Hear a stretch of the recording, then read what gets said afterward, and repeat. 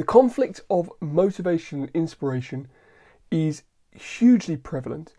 A lot of people try to go and get motivated and quite well do so and make a big change in their personal life, their family life, their business life.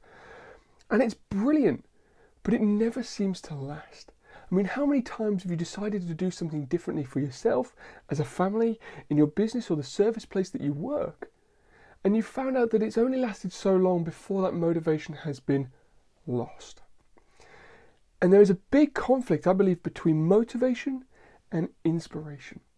And it comes down to the fact that we as human beings innately are driven to contribute towards our herd. That's to our society, our community, our friends, or our family. And often what happens is we get motivated and immediately go out and try and do some of that contribution and try and give and serve and love. And quite rightly so, and we're coming from a very genuine place. But what happens is we stay on the surface level. We stay on the surface level of what we tell our friends who we are, of how we show up on a daily basis. And because this is actually in conflict with the deep level of who we really are, it's only very short-lived. If we take, for example, to be inspired, where that understanding and that fuel comes from within out, it is so much more powerful than being motivated.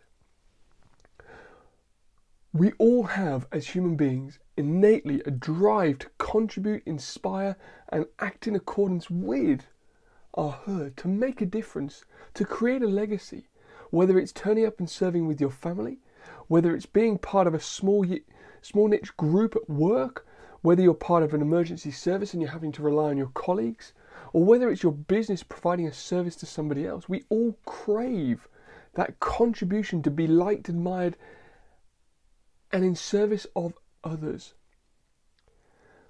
But you've all heard the expression, you can't serve from an empty cup. If you haven't spent time to really go in and think about who you are and what it is that you are actually good at doing, what your talents really are, then you never really become inspired. Everything has to start from within first. We have to understand that we should be selfish. We should selfishly gain an appreciation of ourselves, invest in ourselves, spend time with ourselves before we can go out and give and contribute to our herd. If you look at a lot of innate tribes, a lot of indigenous tribes, when the younger come of age, they leave. And they leave for a period of time of self-discovery before they then come back.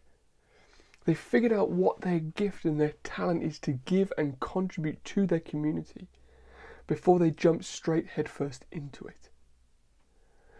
You see, I know that everybody listening to this has huge potential. And my passion is really to bring that true potential out of you. Because if you really deeply inspire yourself and find out what it is that you really are created to do, and that can be from owning the most fabulous tea rooms possible and serving people with an experience that they'll never forget, to owning a multi-million-pound company that is providing services worldwide, to being the mum at home who is the rock for the family and providing an incredible, loving, dedicated atmosphere for her family to grow up in. Whatever it is, you have huge potential to serve there.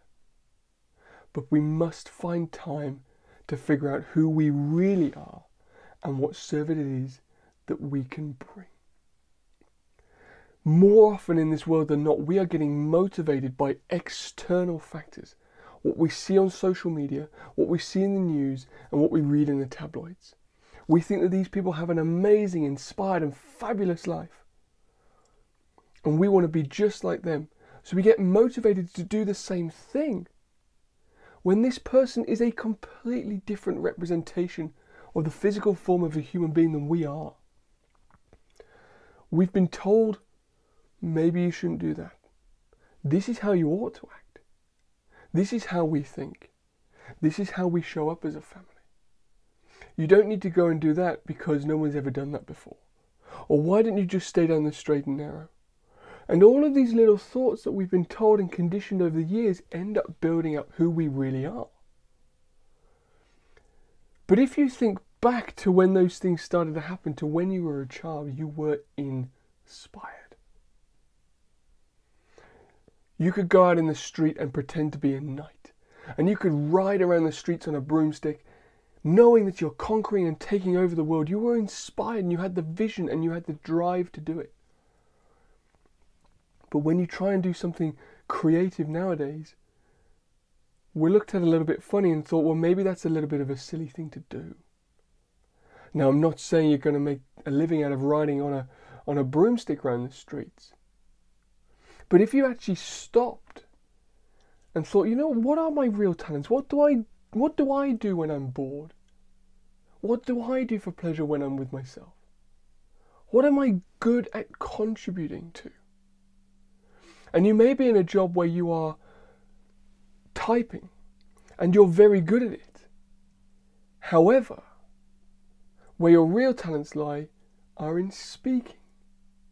And because you've been told you're good at one thing, you've never explored into really where your innate, true and inspirational passions are.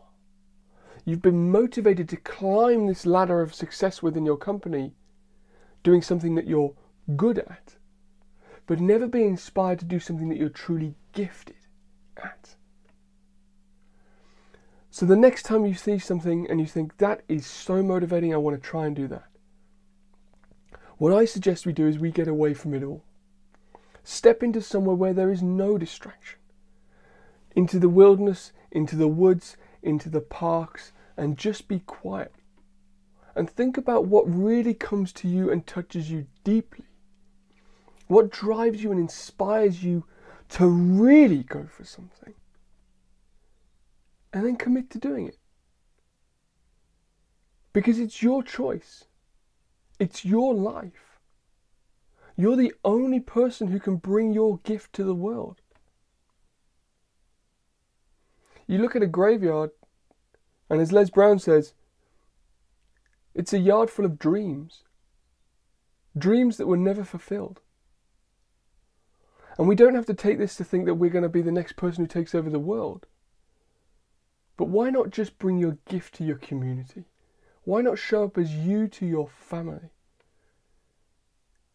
And be truly, truly inspired. And take it a level further.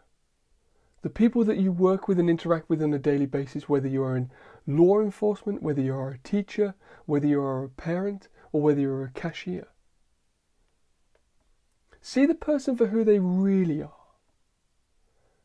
Connect with the person across from you for who they really are. Not what they've been conditioned to believe that they are. You have so much potential.